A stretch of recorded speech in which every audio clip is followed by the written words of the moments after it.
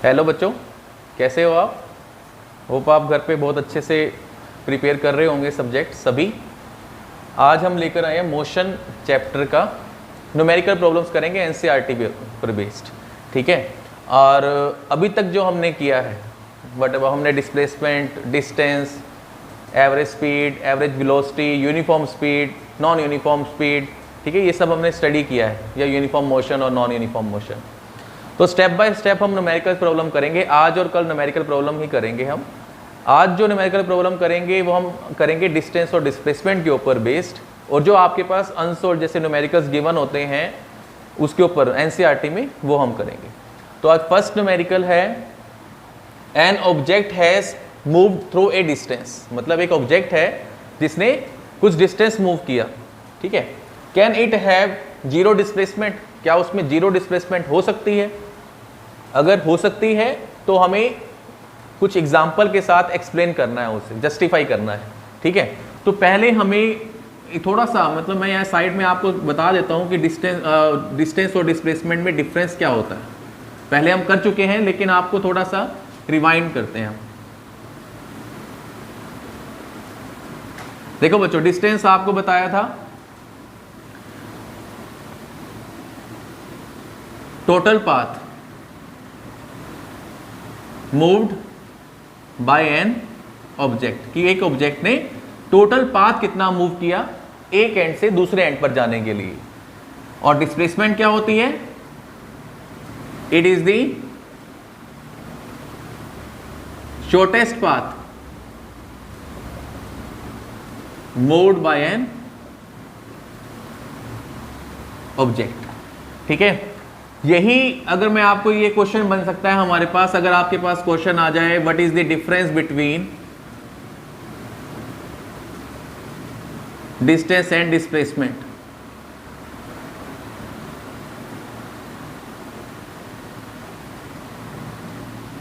तो आपको जो मैं आप लिखवाऊंगा वही आपको पैटर्न वहां पर लिखना है। What is the difference between distance and displacement. सबसे पहला क्वेश्चन तो डिस्टेंस और डिस्प्लेसमेंट पे यही बनता है कि इनके बीच में डिफरेंस, ठीक है। Difference between distance and displacement. तो डिस्टेंस की डेफिनेशन क्या होती है? Total path moved by an object, ठीक है। इसका मैंने आपको बताया था कि मान लो एक पॉइंट ए है हमारे पास और एक पॉइंट बी है, ठीक है। ए से बी तक पहुंचने के लिए हमारे पास काफी सारे वेज होते हैं, मतलब काफी सारे रास्ते होते हैं, काफी सारे पाथ होते हैं कि मैं ए से बी तक कैसे पहुंचूंगा। या तो मैं ये पाथ मूव कर सकता हूं, हो सकता है कि मैं यहां से घूम के जा रहा हूं, ठीक है, हो सकता है कि मैं इस वे में मूव करके जा रहा हूं, ठीक है ना। मेरे पास एक पाथ को कवर करने के लिए बहुत सारे रास्ते हैं, ठीक है। एक वे तो मेरे पास कहता है कि मैं यहां से यहां सीधा ही चला जाऊं, एक वे कहता है कि नहीं मैं तो भी घूम के जाऊंगा यहां से यहां पर, एक वे कहता है मैं तो जिग जैग इधर उधर घूमते घुमाते मैं बी पॉइंट तक पहुंचूंगा, मैं तो सारी चीजें देखते हुए जाना है, मैं तो पूरा जिग जैग पाथ मूव करके बी तक पहुंचूंगा। तो डिस्टेंस क्या कहता है कि total path moved by an object, भी एक ए से लेकर बी तक पहुंचने में हम कौन सा पाथ मूव करेंगे वो हमारे पास क्या होता है? डिस्टेंस होता है। अगर मैं बोलूं कि इनमें से हमारे पास डिस्टेंस कौन सा है, तो ये भी डिस्टेंस है, ये भी डिस्टेंस है, ये भी डिस्टेंस है। आप इसे भी डिस्टेंस कह सकते हो, आप इसे भी डिस्टेंस कह सकते हो, और आप इसे भी डिस्टेंस कह सकते हो। आ रही है बात समझ में? ठीक है ना, ये सभी हमारे पास डिस्टेंस है।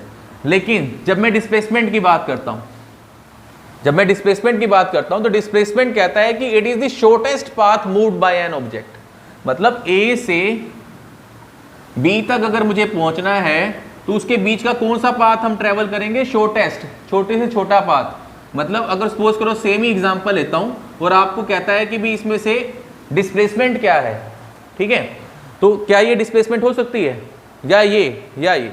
आपका आंसर क्या होगा? Shortest path. देखो आपको देखने में ही पता चल रहा है कि ये जो स्ट्रेट पाथ है ये क्या है? शॉर्टेस्ट पाथ है ए और बी के बीच का, ठीक है। तो ये हमारे पास डिस्प्लेसमेंट क्लिक हो जाती है, ये डिस्प्लेसमेंट नहीं है, ये डिस्प्लेसमेंट नहीं है, ठीक है यहां तक। क्योंकि देखो डेफिनेशन क्या कहती है? It is the shortest path. Shortest का मतलब क्या होता है? कम से कम पाथ हमें मूव करना पड़े एक एंड से दूसरे एंड पर जाने के लिए। अब एक एंड से दूसरे एंड पर जाने के लिए सबसे छोटा पाथ कौन सा है? ये स्ट्रेट पाथ है, ठीक है ना। आप चाहे कैलकुलेट करके देखो, लेंथ भी इवेल्युएट करके देखोगे तो आपको ये सबसे छोटा पाथ यही मिलेगा। तो ए से बी तक जाने के लिए सबसे छोटा पाथ ये है, तो ये डिस्प्लेसमेंट हो गया। ये डिस्प्लेसमेंट नहीं है, ये भी डिस्प्लेसमेंट नहीं है। आप इसे डिस्टेंस कह सकते हो लेकिन डिस्प्लेसमेंट नहीं कह सकते, ठीक है। सेकंड पॉइंट क्या आ जाता है हमारे पास, अगर हम डिफरेंस बता रहे हैं तो सेकंड पॉइंट क्या आएगा, it is a vector quantity, sorry distance जो है वो हमारे पास क्या है, स्केलर क्वांटिटी है, और डिस्प्लेसमेंट क्या है, डिस्प्लेसमेंट इज वेक्टर क्वांटिटी। अब आपको डिफरेंस बताया था in between scalar and vector. Scalar quantity क्या होती है, एक ऐसी क्वांटिटी जिसमें सिर्फ और सिर्फ क्या होता है, मैग्नीट्यूड मतलब अमाउंट होता है और डायरेक्शन नहीं होती है, ठीक है। अब डायरेक्शन नहीं होती है, इसका मतलब क्या हुआ कि मुझे ये बताया है कि मुझे ए पॉइंट से बी पॉइंट पर जाना है, ठीक है, और मुझे ये भी मालूम है कि मुझे कितना पाथ मूव करना है, लेकिन मुझे ये नहीं मालूम है कि मुझे ईस्ट डायरेक्शन में जाना है, वेस्ट डायरेक्शन में जाना है, नॉर्थ में जाना है या साउथ में जाना है। इसका सबसे अच्छा आपको एग्जांपल बताया था कि जैसे मुझे कहा गया कि मुझे 20 किलोमीटर रन करना है, ठीक है, 20 किलोमीटर पाथ दे दिया हमें 20 किलोमीटर। अब मुझे ये नहीं बताया गया कि मुझे किस डायरेक्शन में जाना है, मुझे कुरुक्षेत्र साइड जाना है, मुझे करनाल साइड जाना है, ठीक है।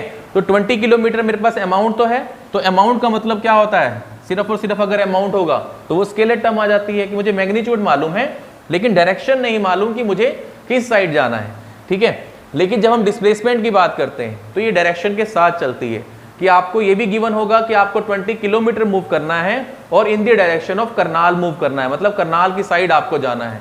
तब आपको क्या गिवन है, इसके अंदर मैग्नीट्यूड भी गिवन है और डायरेक्शन भी गिवन है आपको। थर्ड, ऐसा यूनिट डिफाइन कर दो। ऐसा यूनिट देखो है क्या, पाथ, पाथ क्या होता है, लेंथ, लेंथ की यूनिट क्या होती है, मीटर, ठीक है। और अगर हम डिस्प्लेसमेंट की यूनिट करेंगे तो वो भी ऐसा यूनिट क्या आ जाएगी हमारे पास, वो भी मीटर ही हो जाएगी, ठीक है, क्योंकि वो भी है तो पाथ ही, यूनिट इनकी सेम है, लेकिन ये वेक्टर टर्म है क्योंकि इसमें डायरेक्शन भी होती है, ये स्केलर टर्म है, इसमें सिर्फ और सिर्फ मैग्नीट्यूड होता है, ठीक है। और आपको इसमें डिफरेंस में क्या बताया था कि डिस्टेंस जो होता है, चलो ये बेसिक डिफरेंस आपको ध्यान में रखना है, जो डिस्टेंस होता है वो हमेशा ग्रेटर देन होगा या इक्वल टू होगा डिस्प्लेसमेंट से, क्योंकि डिस्प्लेसमेंट तो सबसे शॉर्टेस्ट डिस्टेंस होता है, मतलब छोटा डिस्टेंस, और डिस्टेंस क्या होता है, वो टोटल पाथ होता है हमारे पास, या मैक्सिमम पाथ भी बोल सकते हैं कि भी एक एंड से दूसरे एंड पर जाने के लिए हमने सबसे लॉन्गेस्ट पाथ कौन सा चूज किया, ठीक है। तो डिस्टेंस डिस्प्लेसमेंट के बराबर भी हो सकता है डिस्टेंस, लेकिन डिस्टेंस कभी भी लेस नहीं हो सकता डिस्प्लेसमेंट से, हमेशा क्या होगा, ग्रेटर होगा, ठीक है यहाँ तक। क्योंकि देखो डिस्प्लेसमेंट तो शॉर्टेस्ट डिस्टेंस था, लेकिन इसको आप डिस्टेंस बोलते हो, ठीक है, तो ये डिस्टेंस हमेशा डिस्प्लेसमेंट से ज्यादा होगा, ठीक है यहाँ तक। तो ये आपके पास अगर हमारे पास आ जाता है question, what is the difference between distance and displacement, तो आपको ये सारा एक्सप्लेन कर देना है, ठीक है। तो ये क्वेश्चन आपके पास आ जाएगा। नेक्स्ट है, अब हम अपने क्वेश्चन पर आते हैं, जो हमारे पास एग्जांपल है, मैं इसे अब रब कर रहा हूं, पॉज करके नोट कर लेना।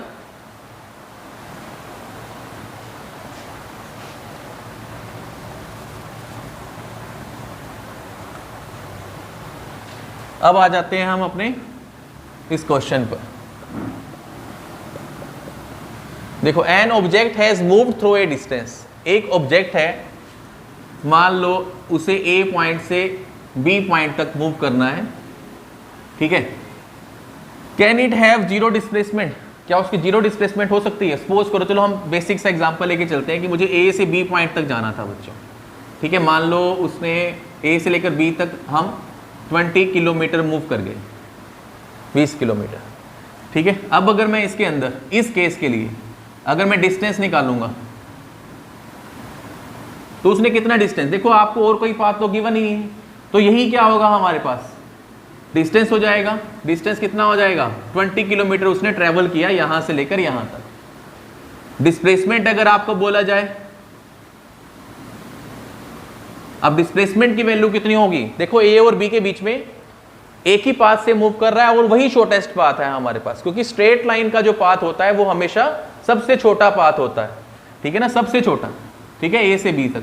तो हमारे पास डिस्प्लेसमेंट भी कितनी आ गई, 20 किलोमीटर। ये सेट ऑफ अरेंजमेंट है जब हम ए से बी तक हम मूव कर रहे हैं। अब हमारे को क्या देता है कि बी से फिर वो वापस भी आ गया अपना काम खत्म करने के बाद, ठीक है ना। ए पॉइंट से वो स्टार्ट किया था, बी पॉइंट पर वो पहुंचा, फिर बी से ए पर वापिस आ गया। अब कहता है कि इस केस में, इस केस के अंदर मान लो, अब देखो वापिस भी कितने किलोमीटर वापिस आएगा वो 20 किलोमीटर। अब कहता है कि इस केस के अंदर मुझे डिस्टेंस और डिस्प्लेसमेंट फाइंड आउट करो। डिस्टेंस क्या होगा और डिस्प्लेसमेंट क्या होगा। ठीक है, जब अगर मैं डिस्टेंस फाइंड आउट करूं, सबसे पहले अगर मैं डिस्टेंस फाइंड आउट करता हूं, डिस्टेंस क्या होता है, total path covered by an object. एक ऑब्जेक्ट ने कितना टोटल पाथ कवर किया, पहले यहां से लेकर यहां तक जाने में 20 किलोमीटर, उसके बाद देखो वो बी से ए फिर दोबारा से आ गया है, कितना आ गया वो 20 किलोमीटर। डिस्टेंस डायरेक्शन पे डिपेंड नहीं करता है, इसलिए डायरेक्शन मैटर नहीं कर रही है कि वो किस डायरेक्शन में जा रहा है। हम सिर्फ और सिर्फ क्या देख रहे हैं कि वो कितना पाथ कवर कर रहा है टोटल। ठीक है ना, डायरेक्शन होता तो फिर डायरेक्शन मैटर करती कि ये पहले कहां जा रहा था, राइट हैंड साइड डायरेक्शन में, अब वो लेफ्ट हैंड साइड डायरेक्शन में वापिस आ रहा है, लेकिन वो डायरेक्शन पे डिपेंड नहीं करता है। डिस्टेंस सिर्फ और सिर्फ ये देखता है कि उसने टोटल कितना पाथ कवर किया है। यहां से लेकर यहां तक जाने में उसने 20 किलोमीटर, फिर वापिस आया बी से 20 किलोमीटर, तो टोटल पाथ कितना कवर किया, 20 + 20 उसको चलना पड़ा, तो मेरे पास कितनी आ गई वैल्यू 40 किलोमीटर। अब आ जाओ डिस्प्लेसमेंट पर। देखो बच्चों, डिस्प्लेसमेंट में क्या होगा, डिस्प्लेसमेंट में क्या होता है कि पाथ जो है वो तो हम देखते ही हैं साइड बाय साइड, और क्या देखते हैं हम, डायरेक्शन भी देखते हैं। ठीक है, तो एक और बात आपने जो नोट डाउन करनी है, स्टेप बाय स्टेप आता है सारा का सारा, जो डिस्टेंस होता है वो पाथ डिपेंडेंट होता है। ठीक है, और जो डिस्प्लेसमेंट होती है वो पाथ इंडिपेंडेंट होती है। वो पाथ के ऊपर डिपेंड नहीं करती है। ठीक है, जो डिस्प्लेसमेंट होती है वो पाथ के ऊपर डिपेंड नहीं करती है। ठीक है, तो डिस्प्लेसमेंट फिर किस पे डिपेंड करती है, डिस्प्लेसमेंट डिपेंड करती है कि उसकी इनिशियल और फाइनल कंडीशन क्या है। ठीक है, मैं ए से ही स्टार्ट हो रहा हूं और ए पर ही वापिस आ रहा हूं। ठीक है ना, मैंने ए से ही स्टार्टिंग पॉइंट मेरा क्या है, ए से बी तक जाना, फिर मैं बी से वापिस ए पर ही आ रहा हूं, तो उसकी इनिशियल कंडीशन या इनिशियल पोजीशन और फाइनल पोजीशन क्या है, हमारे पास सेम है। सेम होने से क्या होगा, देखो डिस्प्लेसमेंट में क्या होता है, हमारे पास सिर्फ और सिर्फ उसकी इनिशियल और फाइनल पोजीशन देखी जाती है। अब इनिशियल पोजीशन मतलब हमारे पास हो जाएगा पीएफ माइनस में पीआई। ठीक है, चेंज इन पोजीशन में निकाल लूंगा तो मेरे पास डिस्प्लेसमेंट आ जाएगी। फाइनल पोजीशन क्या है हमारे पास, अब ए पॉइंट ही है, और इनिशियल पोजीशन भी क्या है थी, ए ही थी, तो मेरे पास आंसर क्या आ जाएगा, 0। ठीक है, तो ये बात ध्यान में रखनी है, मैं जिस पॉइंट से स्टार्ट होऊंगा अगर वहीं पे ही आकर मैं अपनी जर्नी को खत्म कर रहा हूं तो हमेशा डिस्प्लेसमेंट क्या रहेगी, 0 रहेगी, क्योंकि उसका स्टार्टिंग पॉइंट और एंड पॉइंट क्या है, हमारे पास 0 है। तो ये ध्यान में रखनी है, जो डिस्प्लेसमेंट है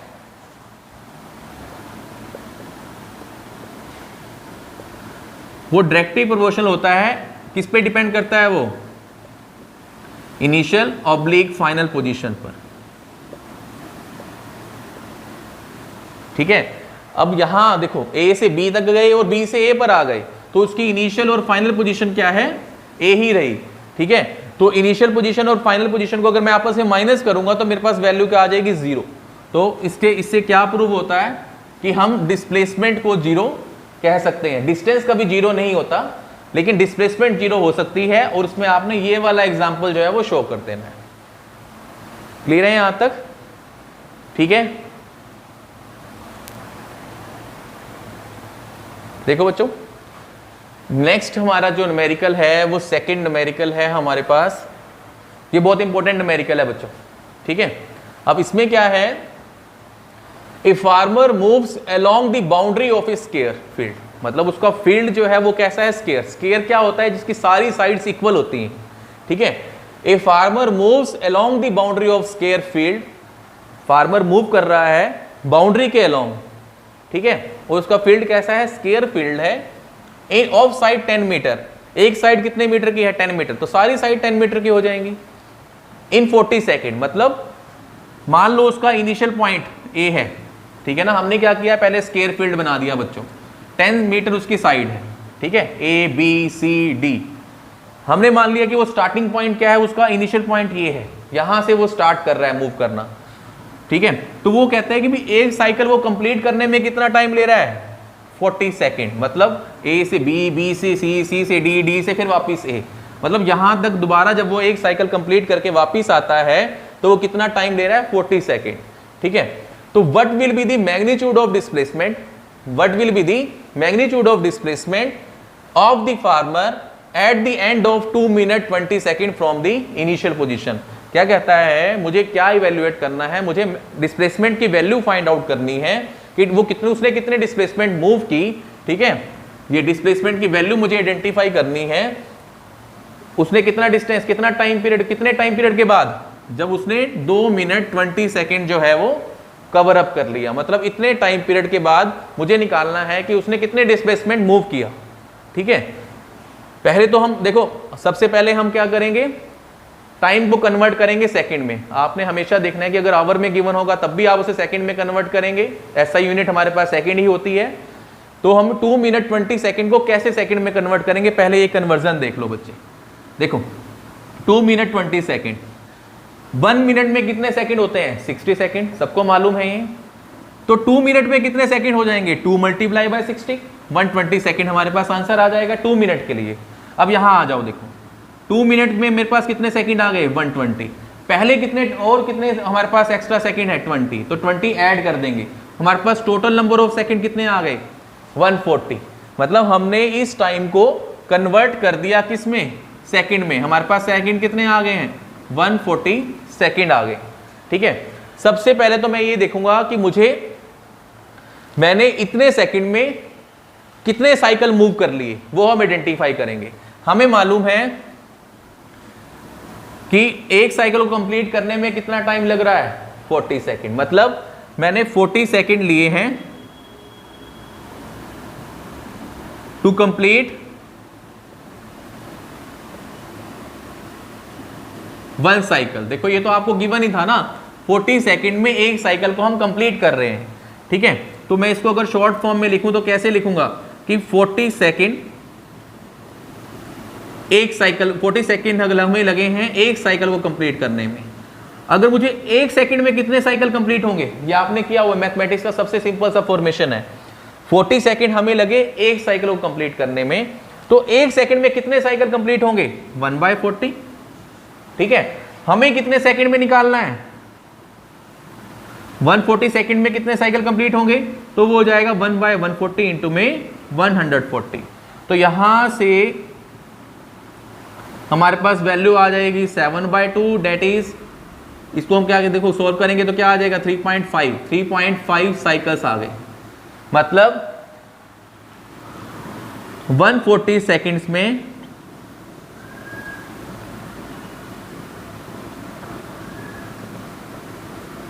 140 सेकंड्स में हम कितने साइकिल्स को कंप्लीट करेंगे, 3.5 साइकिल्स को कंप्लीट करेंगे, ठीक है। यहां तक हम 140 सेकंड में कितने साइकिल्स कंप्लीट करेंगे, 3.5 सेकंड साइकिल्स को कंप्लीट करेंगे। अब उसके बाद, ठीक है, यहां तक हो जाएगा ना, कुछ नहीं किया हमने, ये नॉर्मल, ठीक है बच्चों। यहां तक हमने मैथमेटिक्स का सिंपल सा फॉर्मेशन लगाया है। 40 सेकंड में अगर एक साइकिल कंप्लीट होता है तो 1 में कितना होगा, 1/40, 140 सेकंड में कितना होगा, 1/40 इंटू में 140। तो हम यहां तक कंप्लीट कर लेंगे, 3.5 साइकिल आ जाएंगे। पोज करके इसे नोट कर लो, ठीक है। फिर हम आगे फॉर्मेशन आगे मूव करते हैं, ठीक है। मैं अब इसे रब कर रहा हूं।